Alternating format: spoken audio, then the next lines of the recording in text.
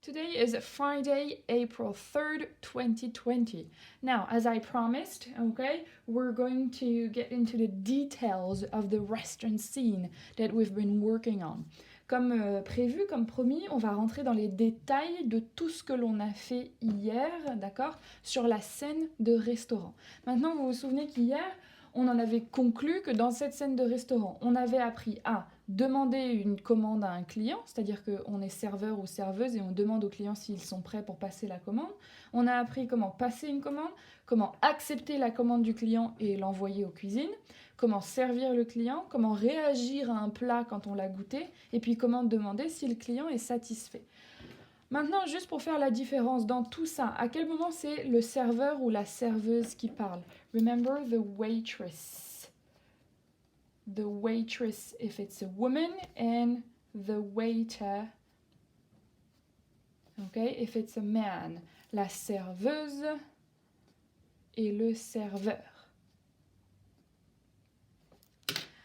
So, the waitress, the waiter. Ok, comment demander une commande à un client? C'est bien le serveur ou la serveuse qui fait ça, on est d'accord. Bien. Comment passer une commande? Cette fois-ci, c'est plutôt le client qui passe la commande. Ok. Comment accepter la commande et puis l'envoyer aux cuisines? Ça, c'est le boulot du serveur, de la serveuse. Donc en orange. Comment on va servir ce plat? C'est aussi le boulot du serveur, de la serveuse. Comment on réagit au plat? Cette fois-ci, c'est le client puisque c'est lui qui mange. Et puis comment demander si le client est satisfait? C'est bien aussi le travail du serveur, de la serveuse, du manager, en tout cas du personnel du restaurant. Donc dans cette scène de restaurant, on a deux acteurs principaux, la personne qui mange et la personne qui sert. Maintenant, comment demander une commande au client? Reprenons la scène du restaurant. La serveuse arrive près des clients et leur demande « Hello gentlemen, may I take your order ?» Alors, pour demander sa commande au client, la serveuse a dit « Hello gentlemen, may I take your order ?» Now, you remember order, right? In the toolbox, an order, une commande. Maintenant, comment on fait pour demander cette commande? Eh bien déjà, il y a tout ce qui est politesse. Hello gentlemen, do you know what gentleman is? Ok. Qu'est-ce que vous reconnaissez dans gentleman? On a la partie men qui veut dire des hommes, d'accord? Et gentle, c'est plutôt transparent, c'est comme gentil, d'accord? Alors ça fait un peu vieillot de dire bonjour messieurs les gentilshommes, d'accord? Mais justement, on va plutôt traduire par messieurs. Formule de politesse. Hello gentlemen. Et alors si ça avait été des femmes, qu'est-ce qu'on aurait pu dire? On aurait pu utiliser gentlewoman, quoique ça se dit pas tellement. On aurait pu utiliser, je sais pas moi, hello Mrs. Hello... Ouais, hello Mrs. ça aurait été pas mal, d'accord? Hello gentlemen, may I take your order? Et ensuite, on a ce may I, d'accord? Qu'est-ce que c'est ce may I? Eh bien, may I, c'est aussi une formule très très polie pour dire est-ce que je peux... Et puis ensuite, on rajoute la suite. Take, d'accord, le verbe prendre. Donc, est-ce que je peux prendre votre commande? Et c'est une manière très polie de le demander. Est-ce que je peux prendre votre commande? Donc voilà comment on fait pour demander sa commande à un client. Hello, may I take your order? Ensuite, le client justement va passer sa commande. Regardons la scène de restaurant. Le client passe sa commande et dit I will have the fantastic fries. Et le deuxième client commande I will have the pizza bagel. Remember, we had two clients. The first one said I will have the fantastic fries and the second one said I will have the pizza bagel. Maintenant, qu'est-ce qui est commun à ces deux commandes? Les deux clients qui ont commandé. Eh bien, visiblement, à chaque fois, ce qui est la même chose, c'est le début de la phrase, à savoir I will have the fantastic fries et I will have the pizza bagel. Fantastic fries et pizza bagel. Si vous aviez un nom à donner à ça, ce serait quoi? Eh bien, dishes, d'accord? Des plats. Fantastic fries, des frites fantastiques, on dirait. Et puis, pizza bagel, apparemment une association entre une pizza et un bagel, d'accord? Donc ça, ce sont les plats. Et qu'est-ce qui vient juste avant, à votre avis? eh ben, c'est la manière de demander son plat, de commander. I will have. Vous reconnaissez le verbe have, d'accord? Le verbe have qui est le verbe avoir. Eh bien, plutôt que de dire au restaurant, on ne dit pas j'ai les frites fantastiques, j'ai le pizza bagel, d'accord? On va plutôt dire je vais avoir ou je vais prendre.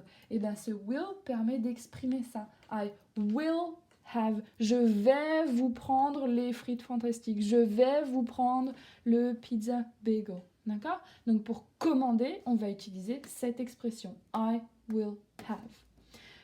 Une fois que la commande est passée, le serveur ou la serveuse va dire « Ok, pas de souci, j'envoie aux cuisines. » Retrouvons la scène de restaurant. La serveuse accepte la commande en disant « Order taken ». Et les commandes partent en cuisine. « Order up, fire 1 fries and 1 pizza ».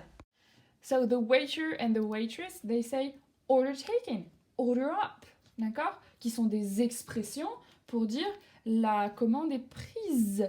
Order up, il y a une commande qui arrive. Ce sont ce qu'on appelle des expressions figées. Figées, c'est parce qu'elles vont jamais bouger, d'accord? Ce sera toujours écrit comme ça, toujours dans le même ordre, toujours cette expression-là pour dire « Ok, la commande est prise » ou « Allez, il y a une commande qui arrive », d'accord? Ce sont des expressions figées. Order taken, order up, ok? Et ensuite, on a vu que le deuxième serveur, manager, on ne sait pas trop, dit « Fire 1 fries and 1 pizza ». Vous reconnaissez quoi là-dedans? Eh ben, on reconnaît de nouveau les plats qui ont été commandés, les frites et la pizza, d'accord? 1 fries, 1 pizza. Et alors, ce verbe-là, je suis sûre que tout le monde le connaît, fire, c'est du feu, d'accord? Et alors, to fire, le verbe à l'infinitif, to fire, normalement, ça veut dire mettre le feu à quelque chose, sauf qu'on va pas vraiment mettre le feu aux frites ou aux pizzas, d'accord? Mais c'est une expression, encore une fois, pour dire envoyer. En français, au restaurant, on va dire envoyer les frites et la pizza aux cuisines pour les commander, d'accord? Et ben en anglais, on va plutôt utiliser le verbe to fire, fire 1 fries and 1 pizza, aller sous-entendu au charbon pour les frites et la pizza, envoyer les frites et la pizza, d'accord? Donc pour dire c'est parti, on y va, on prépare, on va utiliser le verbe to fire, fire plus les plats qui ont été commandés. La serveuse arrive avec le plat. And for you, sir. Now the waitress, okay, gives her dish to the client and she says, and for you, sir. D'accord? Ici, rien de bien compliqué. La serveuse qui arrive avec le plat et qui, tout simplement, pour être polie, va dire à son client, et voilà pour vous, monsieur. Pour vous, monsieur. Et si ça avait été une dame, eh ben, ça aurait été and for you, miss, and for you, mrs, and for you, madame, ok? Comme vous voulez, suivant la personne à qui vous servez. Et les clients donc qui ont reçu leur plat le mangent et vont réagir. La réaction des clients, it's amazing, it's genius. So here are the clients' reactions, okay? It's amazing, it's fantastic. Now, can you guess amazing and fantastic? Is it like this or is it like that? Well, it's amazing, it's fantastic. Very transparent word, okay? Apparemment, les clients ont apprécié leur plat. Fantastique, mot très transparent qui ressemble à fantastique en français. Donc, on imagine bien que c'était super. Et amazing, je suis sûre que beaucoup d'entre vous l'ont déjà vu quelque part, qui est un adjectif très positif. Donc, pour apprécier un plat, il vous suffit d'utiliser le petit pronom it, d'accord? Avec, qu'est-ce que c'est ce apostrophe S là? C'est pourquoi? C'est une forme contractée qu'on a contractée de quoi? De is, d'accord? It is, qu'on a contracté ensemble et qui devient it's pour faire plus court. Donc, on utilise le pronom it et le verbe is, le verbe be, is, d'accord? Plus l'adjectif pour dire comment on a trouvé le plat. It's amazing, it's fantastic. Voilà comment on réagit à un plat.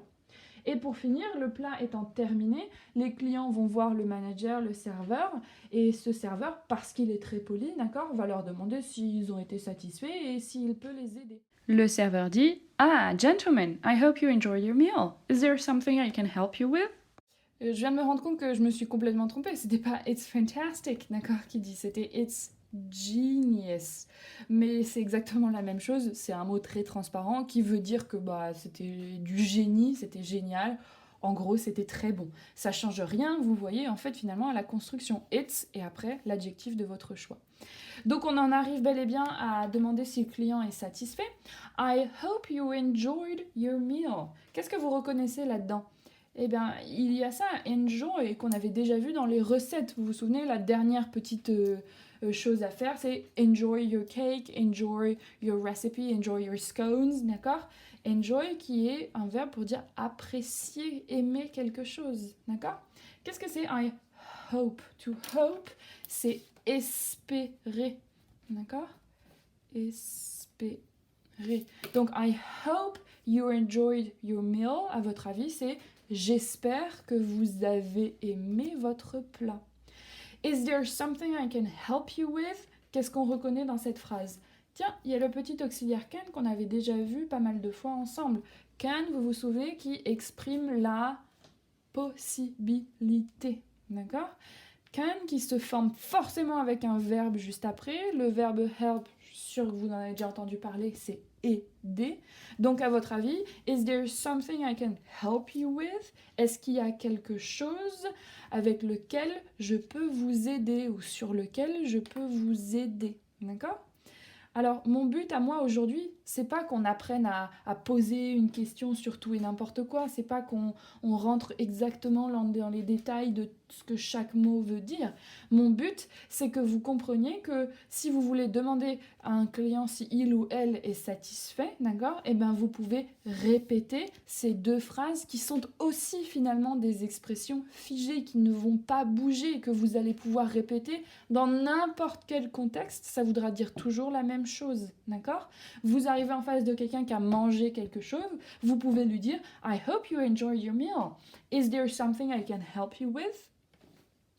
Donc, si on récapitule ce que l'on a vu aujourd'hui, on a vu comment se déroule une scène de restaurant. On a vu que pour demander à un client s'il est prêt, il faut utiliser l'expression May I take your order? Pour passer sa commande, il faut utiliser l'expression I will have plus le plat que l'on va avoir. Pour accepter la commande et l'envoyer aux cuisines, on va utiliser les expressions order taken, order up, fire, et après le fire, le plat qui est envoyé aux cuisines. Comment servir? On va utiliser l'expression and for you, sir or miss. Comment réagir au plat? It's amazing, fantastic, genius. It's, l'expression it's, plus l'adjectif qui correspond à votre réaction. Et puis comment demander si le client est satisfait? Les deux expressions I hope you enjoyed your meal. Is there something I can help you with? Ce sont au final que des expressions très figées, parce qu'une scène de restaurant, c'est toujours un petit peu figé, c'est toujours un petit peu les mêmes questions et les mêmes réponses, d'accord? Donc, vous avez à retenir ces expressions-là, ok? So for today, you can write the date, the lesson, and the toolbox, and that's all. And remember, next week we will do a lot of revisions.